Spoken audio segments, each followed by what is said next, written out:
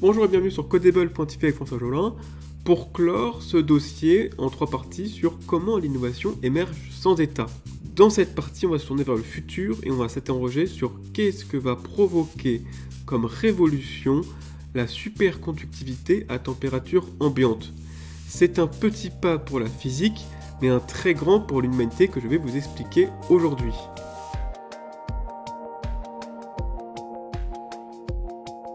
Pour clore donc ce dossier sur l'innovation, nous allons nous tourner vers l'avenir. Dans les précédents articles, nous avons vu comment la découverte en apparence minime du forage de pétrole ou du transistor a profondément changé notre monde.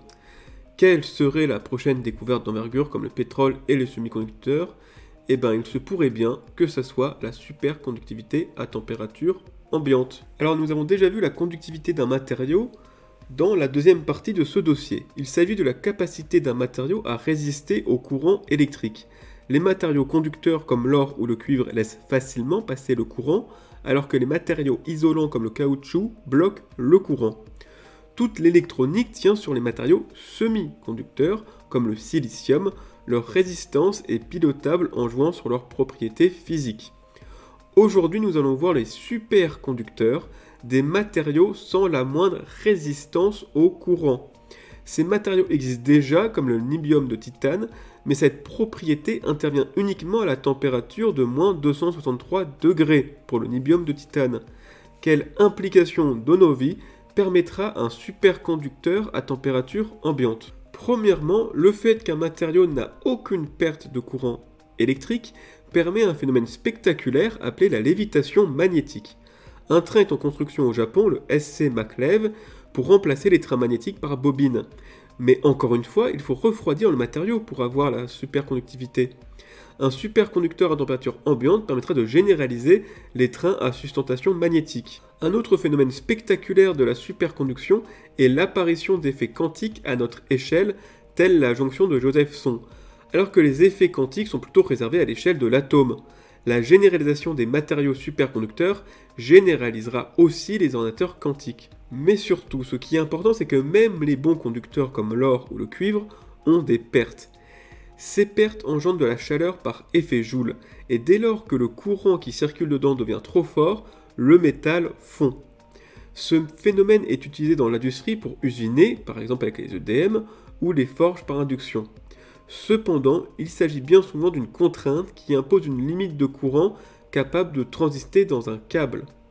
Avec un câble superconducteur, l'électricité de tout Paris pourrait passer dans un seul câble électrique. Le courant peut circuler indéfiniment dans une boucle superconductrice puisqu'il n'y a pas de perte. On peut donc s'en servir pour stocker de l'électricité.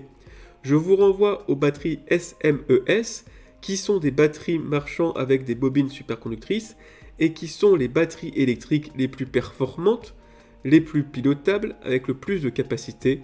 Mais encore une fois, ce réservoir à électrons nécessite des températures extrêmes, ce qui le rend trop coûteux pour une utilisation grand public. En déverrouillant la limite du courant dans un câble, on déverrouille également les champs magnétiques à haute énergie. Ces champs vont permettre d'accroître la précision des scanners médicaux IRM, car leurs résolutions sont corrélées à la puissance du champ magnétique produit. L'armée pourra aussi s'intéresser au canon de Gauss dans lequel un projectile est catapulté par un champ magnétique. Enfin, le champ magnétique permet la manipulation du plasma. Le plasma est le quatrième état de la matière, il se produit à haute température quand des électrons se détachent des atomes et circulent librement dans le gaz. Le gaz devient sensible au champ magnétique. Un champ magnétique permet de manipuler un plasma, aussi bien en le cloisonnant dans un volume donné, en le mettant en mouvement ou en faisant varier sa température. Les superconducteurs à température ambiante vont donc faire avancer tous les domaines autour du plasma, comme les lasers, la fusion nucléaire, les canons à plasma ou la recherche fondamentale. On voit maintenant que le superconducteur à température ambiante est un verrou technologique. Il permet de faire circuler des courants sans perte et donc sans limite dans un métal. Cela ouvre les portes des champs magnétiques haute énergie et avec eux le monde des plasmas. Sans oublier les phénomènes spectaculaires qui se passent dans les superconducteurs, à savoir la lévitation magnétique ainsi que des effets quantiques. À chacune de ces étapes se trouvent des progrès stratégiques pour l'humanité. Voilà, merci de m'avoir écouté pour ce dossier sur l'innovation. J'espère vous retrouver très bientôt sur Codable.tv. À bientôt!